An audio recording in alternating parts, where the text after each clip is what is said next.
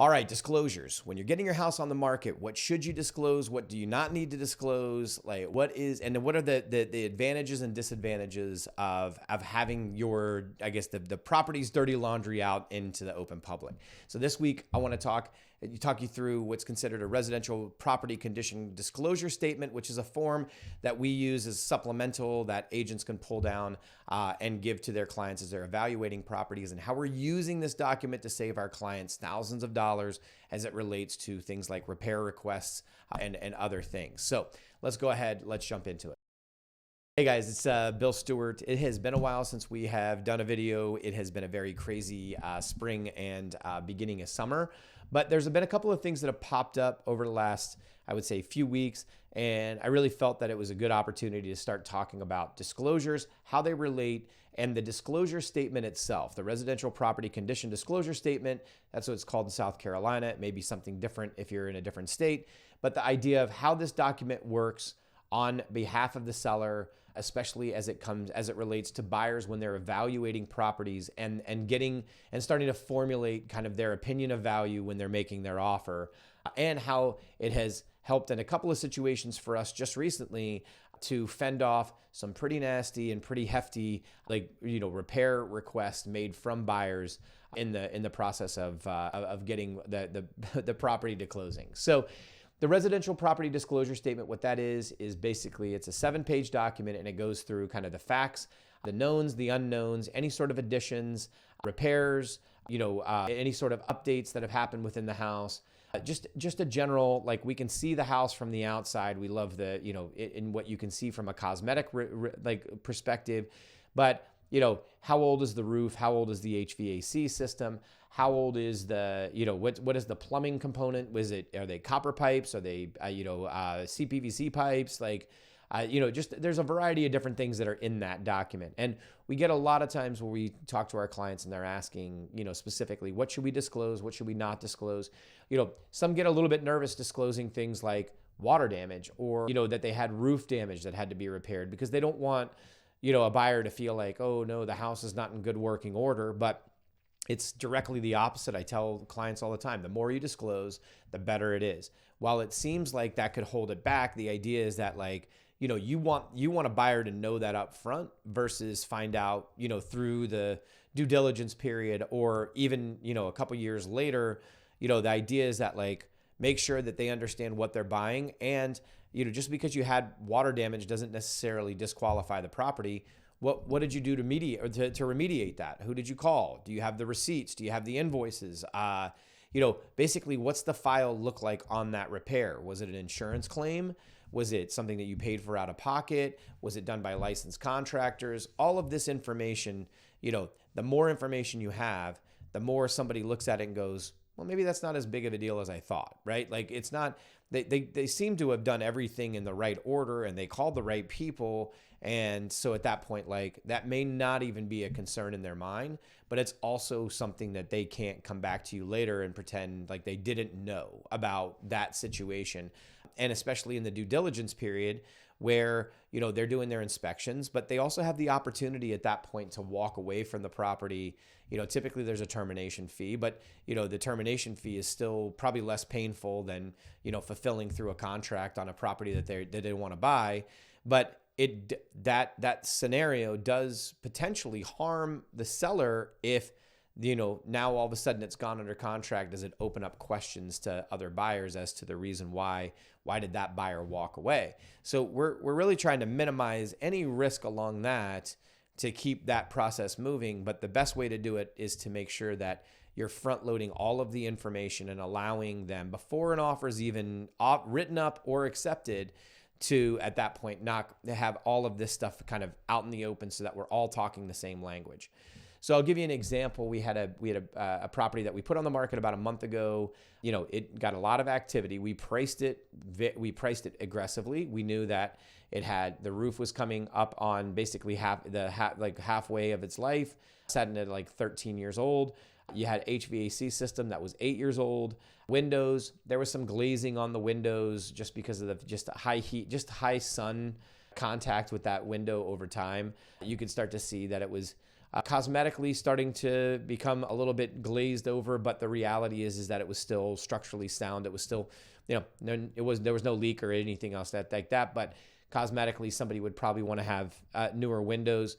And there were just some other cosmetic things, like bathrooms hadn't been updated except for the primary bathroom, but you had a very nice size home with, basically it's a huge house in a great location.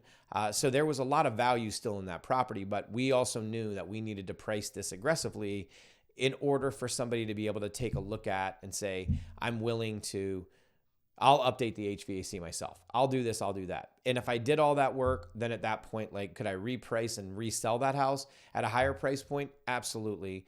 But the other is if you let somebody else do it, they're going to be living in that house for a lot longer. So they'll stand to reap a better benefit by doing investing in those things themselves. So that was our whole strategy going to market. We made sure that we filled out this property disclosure statement, as our clients did have water damage in their house at one point that ended up having to require it was an insurance claim, and it had leaked, an upstairs bathroom leaked downstairs, so the ceiling downstairs in the kitchen needed to be redone, flooring upstairs needed to be redone, and in turn they ended up taking the opportunity and just completely updating their entire primary bath. No issues since, no issues really. They got mitigation out there within 24 hours. They did all the right things. So the idea of not disclosing that would be, we've got to disclose that. Well, how much do we disclose? What do we do? Anything and everything you know about that, let's go ahead and disclose it. It's going to be, I'm telling you, what you see as a potential problem for a buyer, it could absolutely end up saving the deal. And so that's exactly what we did. So when we started getting showings after we put out, and then within 7 days, we had a full price offer from the buyers who were buying the house. And I personally delivered the seller's disclosure statement to them because I hadn't updated it. I hadn't uploaded it into the MLS. So I had to send it to each one of the agent until I could get to my computer, because I had to have it filled out by hand with the seller. So in essence, we evaluated, we looked, go through everything, all their inspections, everything's moving along. We get, all of a sudden, last week I get a repair addendum, and in that repair addendum, the agent is asking for a brand new roof, which he conveniently put a $14,000 invoice attached to the repair addendum. They were looking for basically new windows, which at the cost of roughly $400 to $500 per window would have been another $8,000 worth of credit. So now we're looking at a $22,000 credit. On top of it, they had a couple of other repair ideas, and that in there they noted the idea that the HVAC system to replace the 2 units would be $20,000. And so at that point, they're not worried about the HVAC system, but these are the things that they want to get fixed. Either way, it was still a collective $22,000 repair request, which my first thought was, this is not going to fly. It's not going to happen. We had already priced this house with the idea that we were aggressively going, but to take that much off the top. So my conversation with the agent was pretty clear, which was, reality is this is the information that you had ahead of the offer. If at the end of it, you really wanted, this was really a concern of your client, this should have been navigated as part of the offer. My clients have been, they disclosed the age, they disclosed all of the known issues with the property, the windows themselves. I see what you mean by the glazing, but that is, you can see that with your eyes when you walk up. It's there's a window as you pull up to the house, you can't miss it. The idea that was a cosmetic flaw that we knew when we priced the house, that was where it was. So it's all of these were known issues ahead of your offer. The idea of at this point now trying to, in essence, renegotiate the price of the house based off of a condition concern that your clients had, that should have been evaluated in the offer, but it seems like you wanted to put the offer in to secure the property, and then at that point you'd figure out the details later. But I'm telling you, that's not where it is. And then the words back to me were, does your seller really want to go back out to market? Absolutely.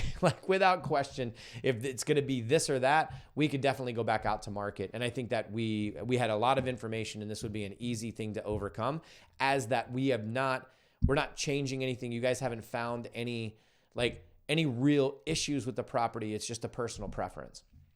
Long story short, we got down to, instead of them asking for all of these things, my seller agreed to a $5,000 credit that buyer could put towards whatever they wanted. If they wanted to put it towards roof, great, HVAC, whatever.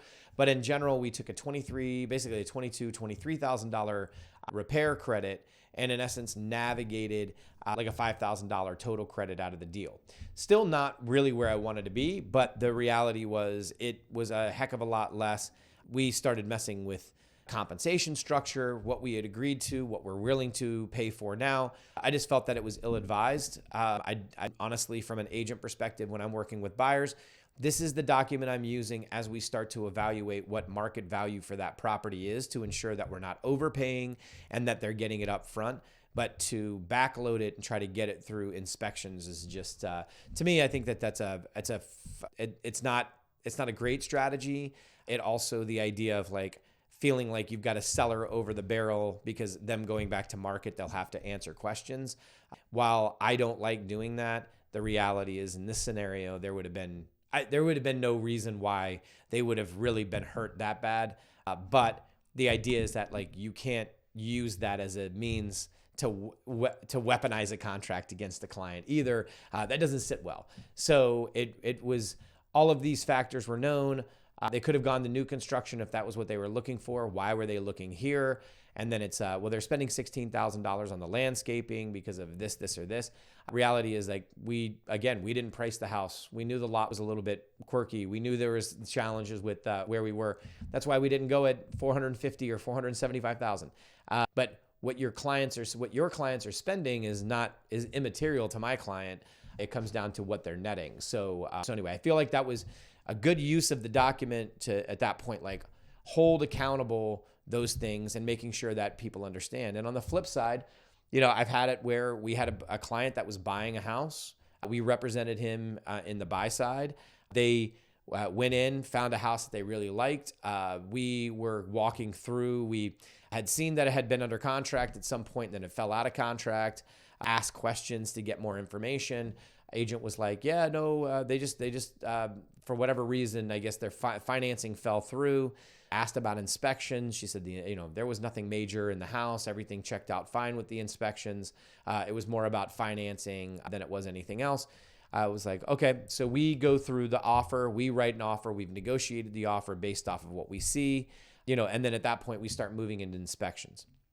Come to find out, as we're doing the whole home inspection and then the termite and pest inspection, all kind of at the same time with two different inspectors. And as we're out with the whole home inspector, the termite inspector comes out, and as soon as he gets out of his car, the first thing he says to myself and my clients is, did they fix the termite damage? I was like, what? He's like, yeah, when I was here last time, there was a whole bunch of termite damage. Well, what we noticed in one of the rooms was that there was these 10-inch baseboards that were up against the wall, and it was wood paneling behind. And so I was like, I thought it was weird. It was a little bit, I'm not saying that 10-inch baseboards I've never seen, but the reality for this room, it just didn't really make sense.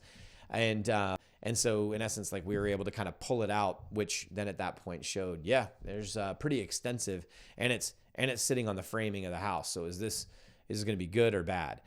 And so then at that point, call the agent to say this was never disclosed. I don't understand. And she pretended like she had no idea what was going on. However, the inspector knew who the agent was, and ultimately, like it was a clear violation, and it was a clear cover up because you could go back to the listing photos, and in the original photos there was no 10-inch baseboards.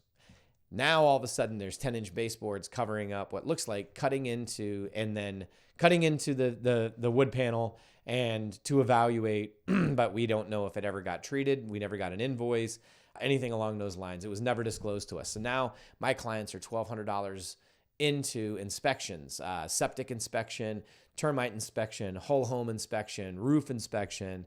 And at this point, like could have easily, like if we'd have known about the termite damage beforehand, probably would not have they may not have made the same decision on the home. Come to find out they did. They did proceed and buy the home, but we definitely use that as a means, and in essence, getting almost a net $10,000 in credit to go back. We had to pull out the walls, take a look at it, get a contractor out there to take a look at what was going to take.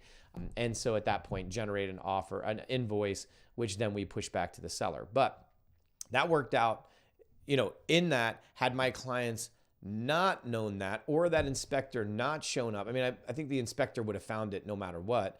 I think they were trying to cover it up to keep an inspector from going in.